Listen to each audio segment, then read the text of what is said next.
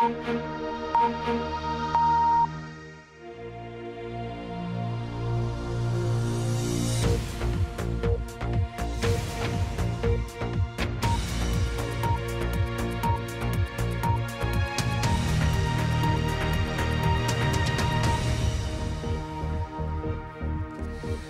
उर्दू के प्रोग्राम से अरबीन में खुश आमदीद। हमारे लंदन स्टूडियो से मैं हूं शफी नकी जामई। इंडिया में शदीद तूफान के बाद बड़े पैमाने पर तबाही के मनाजिर, कम से कम 125 अफराद हलाक और माहिरीन के बकौल खतरा अभी टला नहीं है। स्वीडिश अकादमी पर इल्जामात के बाद इस साल अदब के नोबेल प्राइज का हकदार कोई नहीं। एक ही वक्त में फजा में 1300 ड्रोन का रिकॉर्ड। देखिएगा टेक्नोलॉजी बुलेटिन क्लिक में। इंडिया के शुमाली इलाकों में आने वाले शदीद तूफान से कम 125 की जान गई और सैकड़ों जख्मी हो गए। हलाक शुदगान में ज्यादा तादाद उनकी थी जो शदीद आसमानी बिजली और तेज हवाओं के सबब घरों में ही बैठे रहे। ऐसे में छतें गिर गईं। उत्तर प्रदेश और राजस्थान में आने वाला ये सबसे शदीद तूफान है जिसमें दरख्त उखड़ गए, फसलें तबाह हो गईं और मवेशी मर गए। महकमा मौसमियात के मुताबिक अभी मजीद तूफान आने बाकी हैं। तफसील आरिफ शमीम की ज़बानी। सबसे पहले दम घुटा देने वाला मिट्टी का तूफान आया, जिसके रेलों की रफ्तार तकरीबन 80 मील फी घंटा थी, और उसके बाद मूसलाधार बारिश हुई। ये तूफान शुमाली इंडिया के एक वसी हिस्से में आया और उत्तर प्रदेश, राजस्थान और पंजाब पर अंधेरे के बादल छा गए। साथ ही खौफनाक तबाही आई। बिजली के खंभे अपनी जगहों से उखड़ गए, घर मलबे का ढेर बने और तारों के करंट की वजह से आग लग गई। साल के इस हिस्से में इंडिया में तूफान आते रहते हैं, लेकिन इस मर्तबा ये तूफान बहुत बड़ा और तबाहकुन था। हमेशा की तरह इस मर्तबा भी सबसे ज़्यादा नुकसान गरीब आवाम का हुआ। बहुत से अफराद उस वक्त हलाक या ज़ख्मी हो गए जब उनके कच्चे पक्के घर उनके ऊपर ही गिर गए। उसमें गृहस्थी का सारा सामान था और गहने थे और सिंदूक, अलमारी, नाज वगैरह था, फ्रीज, कूलर, टीवी, सब कुछ उसमें तहस नहस हो गया। सब कुछ दब चुका है। हमें उसमें कुछ भी नहीं मिला है और ना ही कोई मिलने की उम्मीद है। कुछ अजला में 45 मिनट तक तबाहकुन हवाएं और तूफ़ानी बिजलियां कड़कती रहीं, जिसकी वजह से मवासलात और बिजली का निज़ाम धर्म भरम रहा। दरख्तों और मकानों का मलबा गिरने की वजह से सड़कें बंद रहीं, जिसकी वजह से इमदादी कामों में भी रुकावट पड़ी।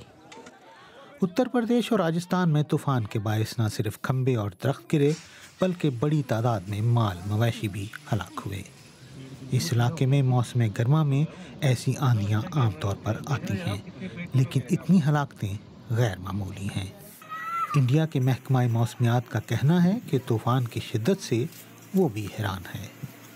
उन्होंने खबरदार किया है कि अभी तूफ़ान का ख़तरा थमा नहीं और अगले 48 घंटों में लोग मुहतात रहें। लेकिन अभी तक तो सबसे बड़ी हदायत जो आई है वो ये है कि घरों के बाहर खुले में ना सोएं। Arif Shamim, BBC news. और इसी मौजू पर मज़ीद बात करने के लिए इस वक्त स्टूडियो में मेरे साथ मौजूद हैं BBC के माहौलियात के खुसूसी नामानिगार नवीन सिंह खड़का। नवीन जी, राजस्थान और उत्तर प्रदेश में तो तूफ़ान हर साल आते हैं, इस बार इतनी शिद्दत से तूफ़ान आने की क्या वजह? देखिए, दो सबसे बड़ी बातें हैं। एक तो जो सबसे पावरफुल जो विंड जो हवा आया वो रात के वक्त आया जब लोग सो रहे थे, तो इसी वजह से जो सो रहे थे भाग नहीं पाए और इसीलिए इतनी सारे कैजुअल्टीज़ हुए हैं। और दूसरी बात जो है, हवा किस तरह से बहा।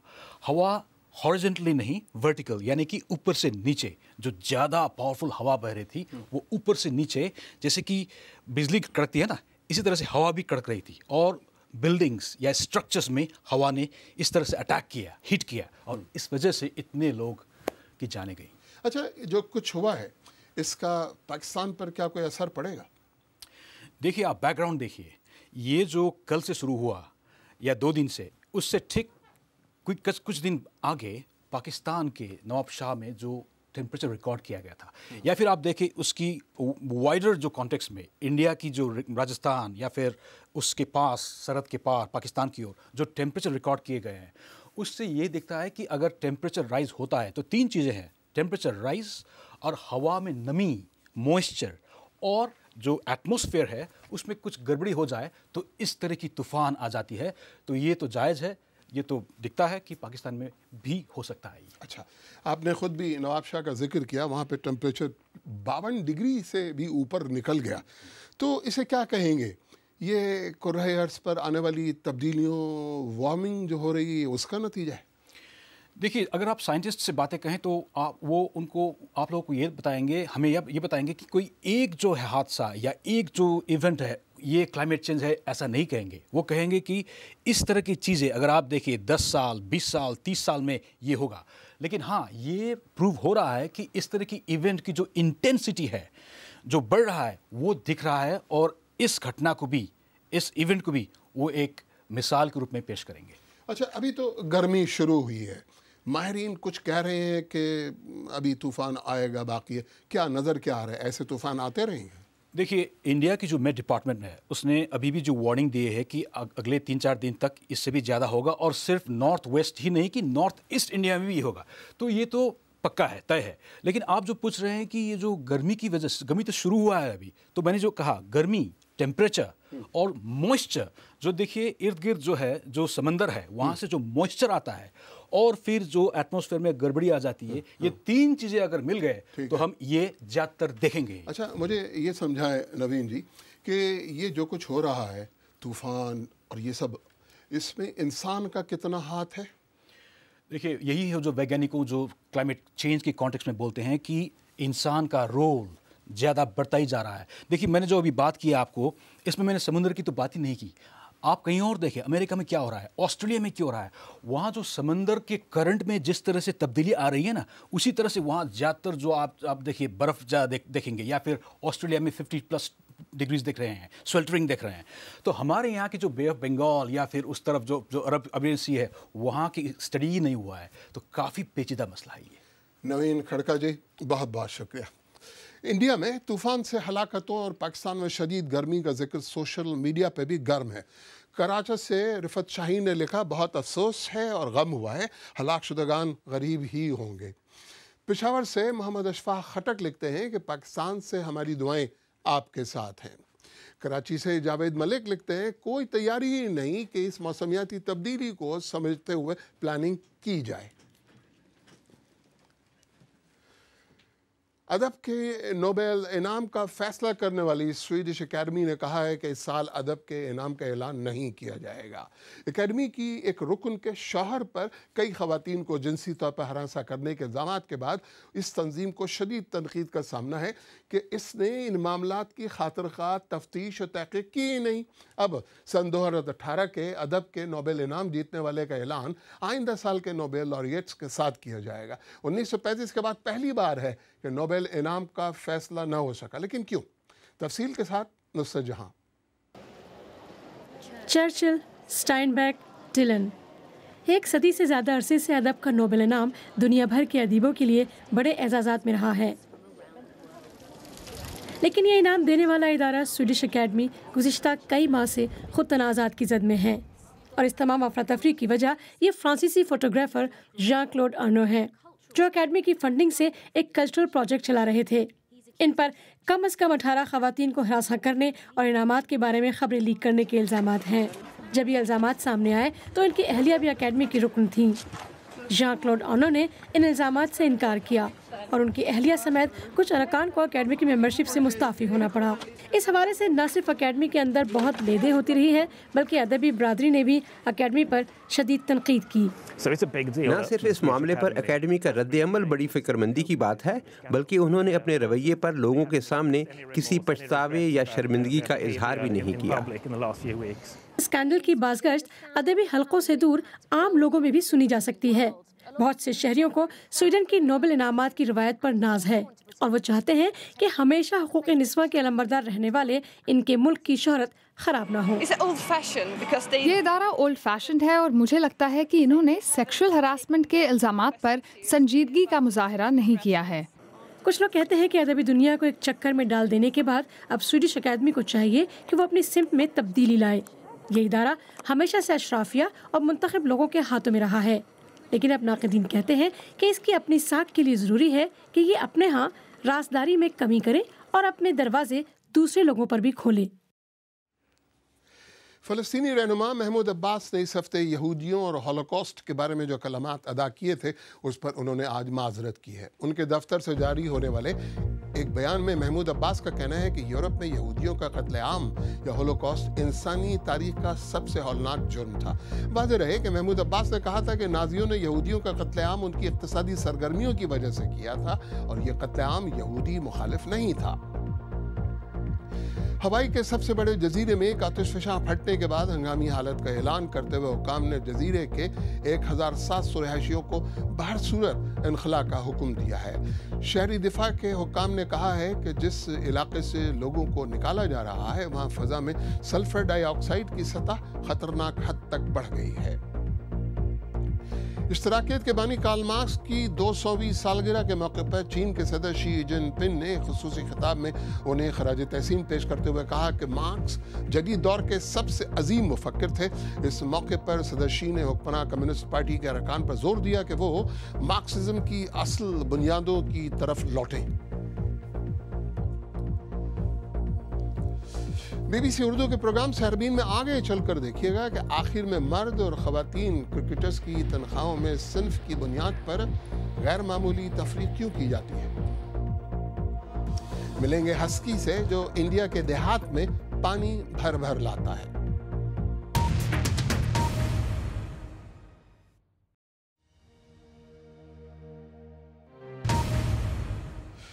BBC उर्दू के प्रोग्राम सहरबीन में एक बार फिर खुशामदीद। साफ सुथरी सफ़ेद किट, हमवार सरसब्ज ग्राउंड और हाँ चाय और पानी के वक्फे भी। शायद क्रिकेट की इन्हीं अदाओं के सबब तवील अरसे से ये नाम नहाद शुरफा का खेल भी कहलाया। मगर अब एक कज़िया भी चला आया जो ये कि मर्द और ख़वातीन क्रिकेटर्स की तनख्वाहों में सिन्फ की बुनियाद पर गैर मामूली तफावत क्यों। इंडिया में भी यही हाल है और पाकिस्तान समेत बाकी दुनिया में तो और भी बुरा।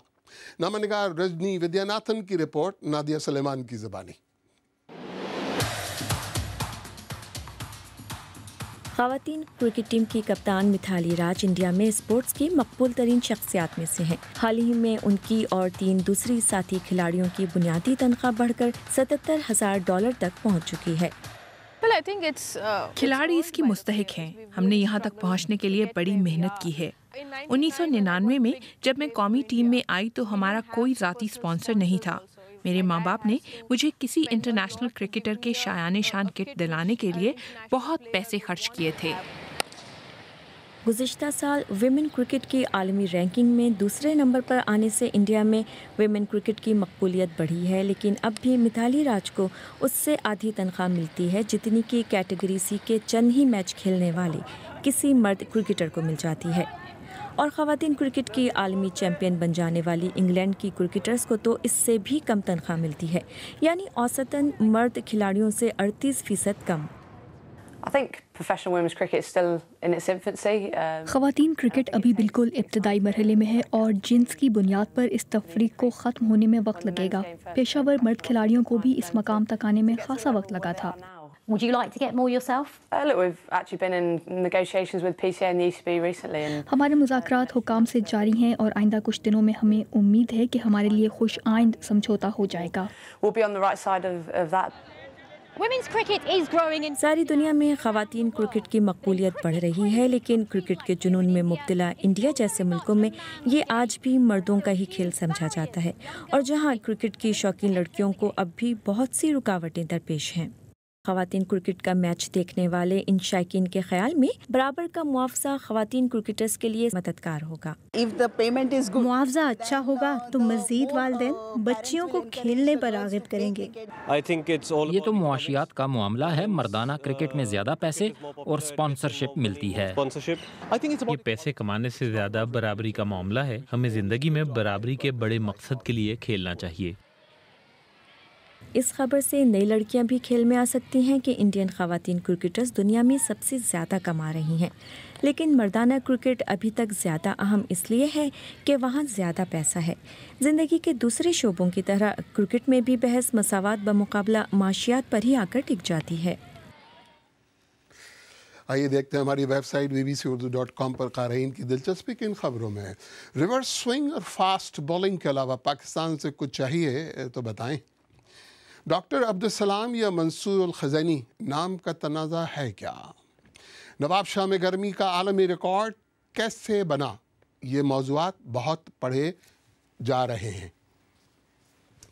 एक चीनी कंपनी ने बैक वक्त 1300 ड्रोन उड़ाकर वर्ल्ड रिकॉर्ड कायम किया, लेकिन फिर भी उसकी ख्वाहिश ही रही एक ऐसा रोबोट भी जो 1 मिनट में कार में बदल जाए। साइंस और टेक्नोलॉजी बुलेटिन क्लिक आज गजनफर हैदर के साथ।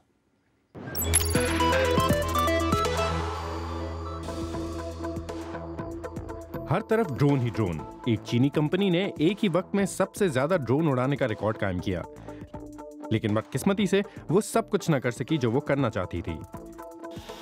चीनी शहर ज़यान में एक कंपनी ने बैक वक्त 1300 ड्रोन को एक मखसूस अंदाज में उड़ाने का रिकॉर्ड तो कायम किया, लेकिन वो इसका वक्त सेट करने में कामयाब न रही।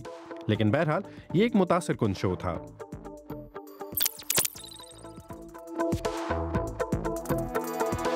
ये रोबोट ऐसा नहीं जैसा नजर आ रहा है। बच्चों के टीवी शो से मुतासिर होकर बनाया गया ये रोबोट एक ट्रांसफॉर्मर है जो 1 मिनट में एक कार में तब्दील हो जाता है। ये ह्यूमन नोड जब रोबोट से एक कार में बदल रहा होता है तो आपके लिए बेहतर है कि आप इससे फासले पर रहें। इस कार में ड्राइवर के अलावा एक मुसाफिर की जगह भी होती है।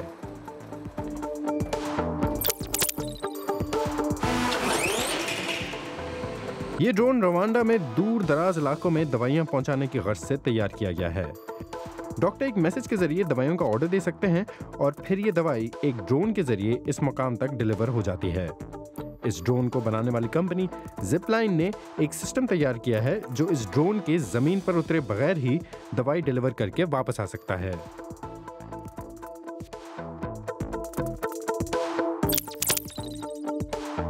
और अब मिलिए इस रोबोट से जो भारतीय देहातों में पानी भर भर कर ला रहा है।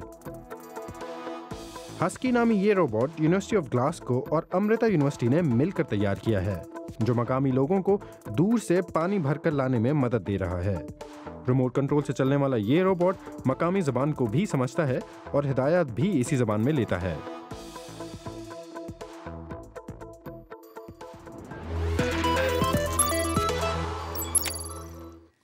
अगर आप चाहें तो मुझसे और हमारी टीम के दीगर साथियों से ट्विटर पे भी रब्ता कर सकते हैं। मेरा ट्विटर हैंडल है @शफी_नकीजामई। इसके साथ ही सरबीन अख्ताम को पहुंचा। मुझे पूरी टीम समेत इजाज़त दीजिए। खुदा हाफिज़।